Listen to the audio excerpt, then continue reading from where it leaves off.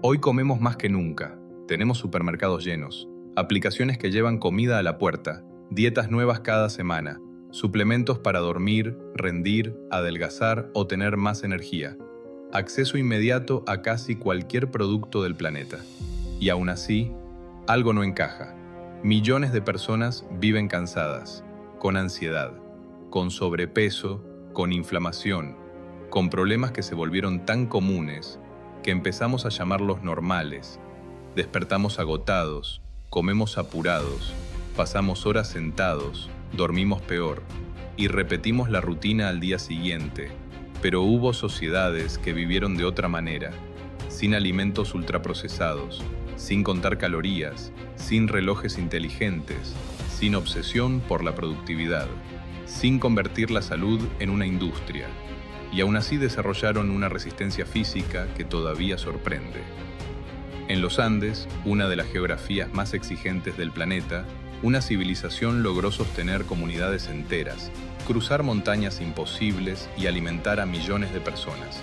No eran perfectos, no vivían sin problemas, no tenían todas las respuestas, pero quizá entendían algo que nosotros olvidamos, que sabían sobrevivir, comer y organizar la salud, que hoy necesitamos recordar.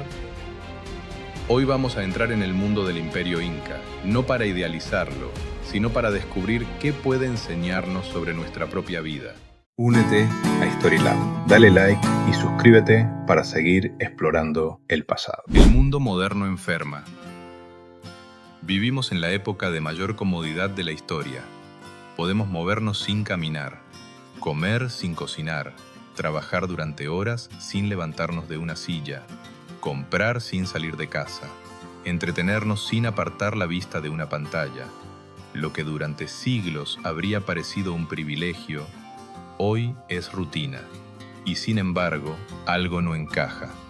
Porque mientras la tecnología resolvió muchos problemas reales, aparecieron otros que crecieron en silencio. El cansancio constante, la ansiedad, el insomnio, la obesidad, la diabetes tipo 2, las enfermedades cardiovasculares, el estrés crónico. No tienen una sola causa. Sería demasiado simple culpar solo a la comida, al trabajo o a la falta de ejercicio. El problema es más profundo. Despertamos mirando una pantalla antes de ver la luz del día. Comemos rápido, muchas veces distraídos. Pasamos horas inmóviles, aunque el cuerpo humano fue hecho para moverse. Dormimos menos y peor. Nos exponemos menos al sol. Vivimos acelerados, incluso cuando no vamos a ninguna parte.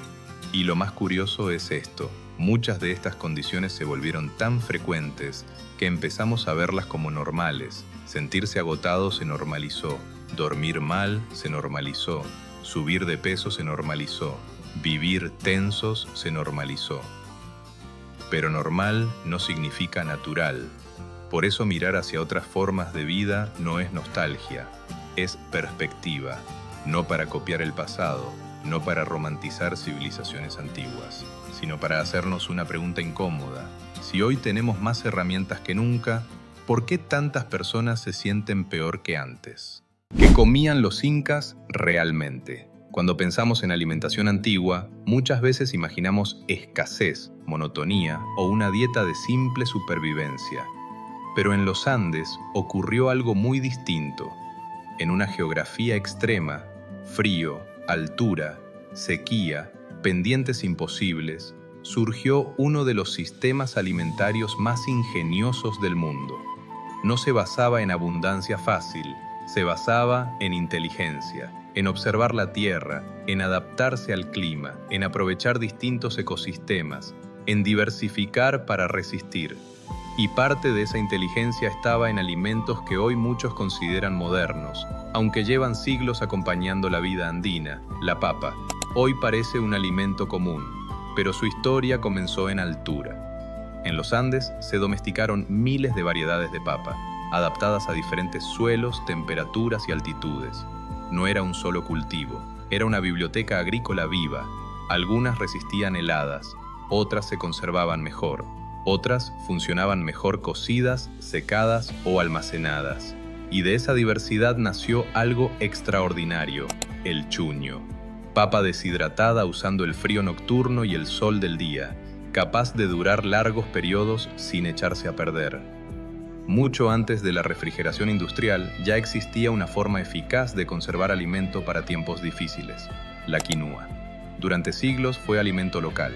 Hoy se estudia y consume en todo el mundo. ¿Por qué? Porque combina proteínas, fibra, minerales y una notable capacidad de adaptación agrícola. Crece donde otros cultivos fallan, tolera condiciones duras y ofrecía una base nutritiva valiosa en regiones exigentes. No era una moda saludable, era supervivencia inteligente. La kiwicha, menos famosa que la quinua, pero igual de reveladora. Una pequeña semilla andina con larga historia de cultivo y valioso aporte nutricional. Su existencia recuerda algo importante: la fortaleza alimentaria andina no dependía de un único superalimento milagroso, dependía de variedad real. El maíz andino no era solo comida, también tenía valor social, ceremonial y estratégico. Podía transformarse de muchas formas, almacenarse, intercambiarse y acompañar distintas preparaciones. Era energía, era cultura, era organización. Llama y alpaca. En un territorio donde no abundaban grandes animales de carga, estos animales fueron esenciales, aportaban transporte, fibra para vestimenta y también alimento. Eso muestra que la dieta no era exclusivamente vegetal, sino integrada al ecosistema local y a las necesidades reales de la sociedad. Lo más importante, no era un ingrediente. Y aquí aparece la verdadera lección. No era la papa mágica, no era la quinoa milagrosa, no era un secreto escondido en un solo alimento. Era el sistema completo. Diversidad de cultivos, adaptación al entorno, producción local, conservación inteligente, menor dependencia de productos artificiales, conexión entre territorio y nutrición. Hoy muchas personas buscan respuestas en una cápsula, una dieta de moda o una etiqueta llamativa. Ellos dependían de algo más profundo: entender cómo alimentarse según la tierra en la que vivían, cómo producían comida en los Andes. Entender lo que comían los incas es solo una parte de la historia. La otra parte, quizá aún más impresionante, es cómo lograban producir alimento en un territorio que parecía diseñado para impedirlo. Porque los Andes no ofrecen facilidad, ofrecen pendientes abruptas, cambios bruscos de clima, alturas extremas, sequías en algunas zonas, heladas en otras, suelos difíciles, distancias enormes. Y aún así, alimentaron poblaciones enteras. ¿Cómo lo hicieron? No dominando a la montaña, aprendiendo a trabajar con ella, las terrazas agrícolas. Donde otros habrían visto laderas inútiles, ellos construyeron andenes, escalones gigantes sobre la montaña que permitían cultivar donde parecía imposible hacerlo. Pero no eran solo campos inclinados, también ayudaban a retener suelo fértil, reducir erosión, distribuir mejor el agua y crear microclimas distintos dentro de una misma pendiente. En un mismo cerro podían existir condiciones diferentes para distintos cultivos. Era agricultura, pero también era ingeniería aplicada al paisaje. Los pisos ecológicos. En el mundo andino, subir o bajar altura podía cambiarlo todo. Temperatura, humedad, tipos de cultivo, animales disponibles, ritmos de producción. Una zona servía para ciertos alimentos, otra para otros productos, otra para pastoreo, otra para recolección. En vez de depender de un solo lugar, muchas comunidades se relacionaban con varios niveles ecológicos. Eso generaba diversidad y reducía riesgos. Si una cosecha fallaba en una zona, otra podía compensar. Era una forma de seguridad alimentaria basada en variedad, no en apuesta única. El agua como conocimiento. En ambientes difíciles, el agua no era solo un recurso, era estrategia. Canales, manejo local, observación de temporadas y experiencia acumulada permitían sostener cultivos donde otros habrían visto escasez. No siempre se trataba de obras monumentales.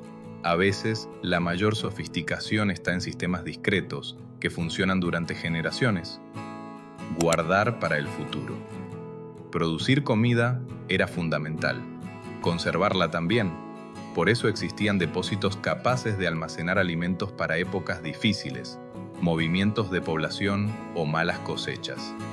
No vivían pensando solo en la próxima comida, Pensaban en la próxima estación, en el próximo año, en la próxima necesidad colectiva.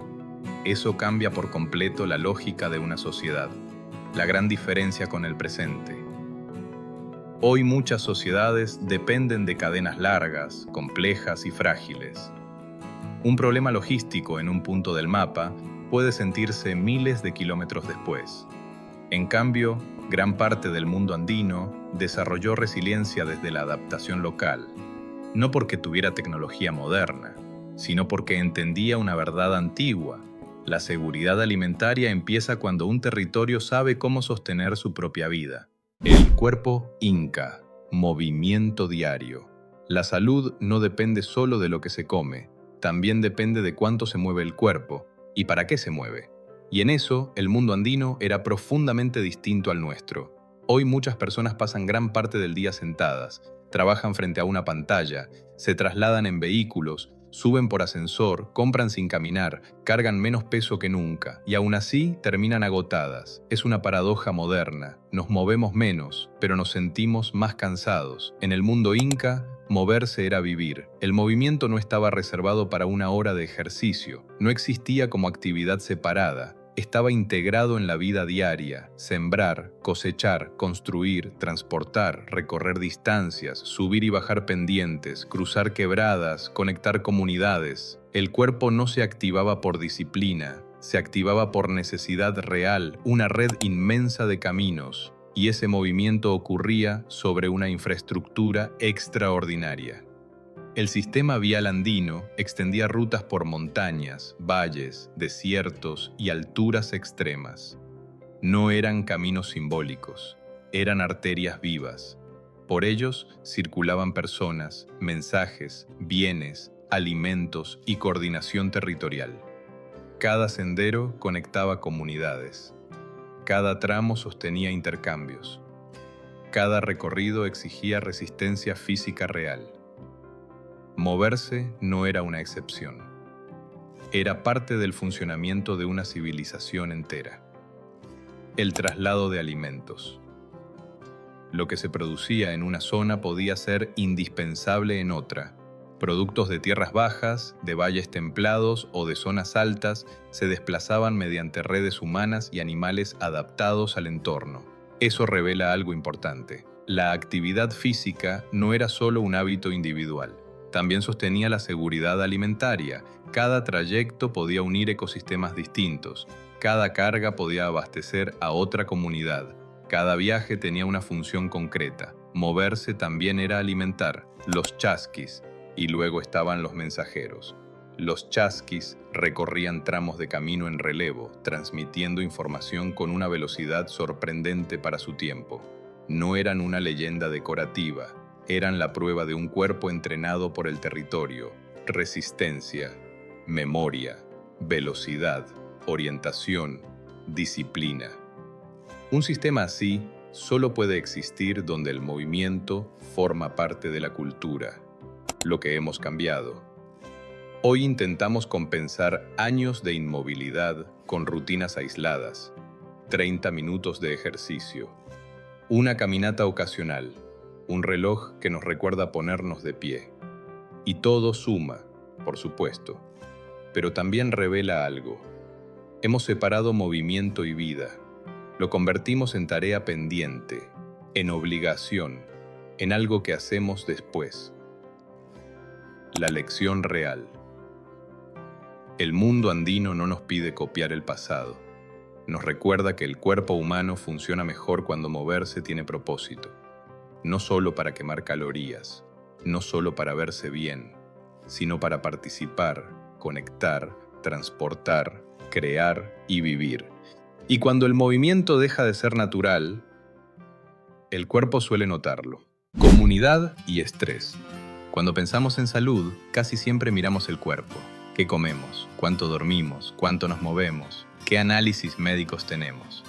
Pero existe otro factor silencioso que influye profundamente en la vida humana: cómo vivimos con los demás. Y ahí también el mundo moderno enfrenta una contradicción. Estamos hiperconectados digitalmente, pero muchas personas se sienten solas. Podemos hablar con cualquiera en segundos, pero cuesta construir vínculos reales. Vivimos rodeados de gente y aún así aislados. Y esa desconexión no es un detalle menor. La soledad crónica, la incertidumbre constante y la sensación de enfrentar todo solo pueden convertirse en una carga mental enorme. En el mundo andino, la vida era colectiva. Eso no significa ausencia de conflictos, no significa una sociedad perfecta, pero sí implica algo importante. Gran parte de la supervivencia dependía de cooperación real. Trabajar juntos, sembrar juntos, construir juntos, responder ante dificultades juntos, sostenerse mutuamente en tiempos difíciles. En muchas comunidades andinas existieron lógicas de reciprocidad y ayuda mutua que fortalecían relaciones a largo plazo. No era solo solidaridad emocional, era estructura social. Ayudar hoy podía significar recibir ayuda mañana. Contribuir fortalecía redes de confianza.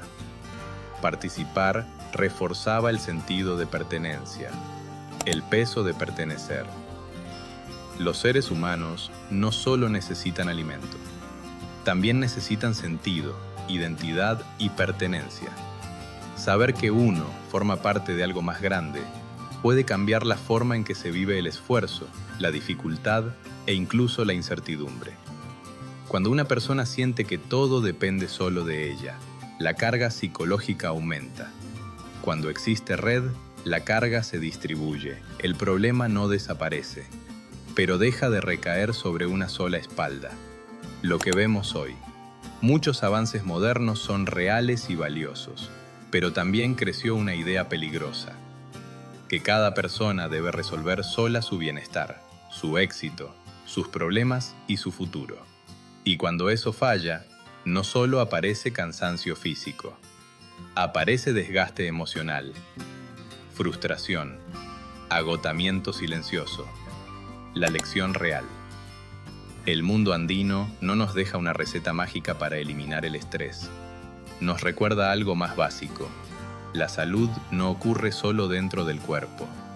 También ocurre entre personas, en la confianza, en la cooperación, en sentirse acompañado, en saber que no todo recae sobre un individuo aislado. Y quizá esa es una de las medicinas más olvidadas de nuestro tiempo. ¿Qué podemos aprender hoy? Después de mirar la alimentación, el movimiento y la vida comunitaria del mundo andino, aparece una pregunta inevitable. ¿Debemos volver al pasado? La respuesta es no. No tendría sentido idealizar otra época ni fingir que los problemas antiguos no existían. La medicina moderna ha salvado millones de vidas. La tecnología resolvió desafíos enormes. El conocimiento científico nos permite entender el cuerpo como nunca antes. No se trata de elegir entre pasado o presente. Se trata de reconocer que el progreso también puede olvidar cosas valiosas. No copiar, rescatar principios. Tal vez no necesitamos vivir en una montaña ni cultivar nuestra propia comida, pero sí podemos recuperar ideas que siguen teniendo fuerza hoy. Comer más cerca de lo real. No hace falta reproducir una dieta ancestral exacta, pero sí preguntarnos cuánto de lo que comemos se parece realmente a alimento y cuánto a un producto diseñado para venderse. Más ingredientes simples, menos dependencia de lo artificial, más variedad real, más conexión con lo que ponemos en el cuerpo. Mover el cuerpo con sentido. No todo movimiento tiene que ocurrir en un gimnasio. Caminar más. Usar el cuerpo en tareas reales. Romper horas de inmovilidad. Integrar actividad a la rutina diaria. El cuerpo responde mejor a la constancia que a los extremos. Reconstruir comunidad. La salud también mejora cuando no cargamos todo solos. Pedir ayuda. Ofrecer ayuda.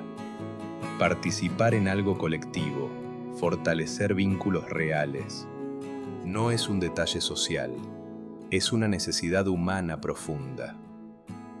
Volver a los ritmos básicos. Dormir mejor. Respetar descansos. Recibir luz natural. Bajar el ruido constante. Crear espacios sin prisa.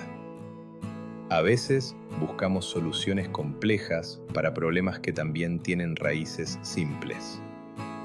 La gran enseñanza. Quizá el mundo andino no tenía todas las respuestas, pero sí entendía algo que hoy solemos olvidar. La salud no depende de una sola decisión heroica, depende de hábitos repetidos, entorno, relaciones y equilibrio cotidiano. No se construye en un día, se construye en la forma de vivir. Y si este tipo de historias te ayudan a mirar el presente con otros ojos, suscríbete a este canal, porque aquí no solo exploramos el pasado, buscamos ideas, secretos y lecciones que todavía pueden cambiar la manera en que entendemos nuestro mundo. Y ahora queda una última pregunta. Si aprendimos tanto, ¿por qué sentimos que perdimos algo en el camino? Tal vez el verdadero avance no consiste en dejar atrás el pasado, sino en recordar lo que nunca debimos perder. Nos vemos en el próximo.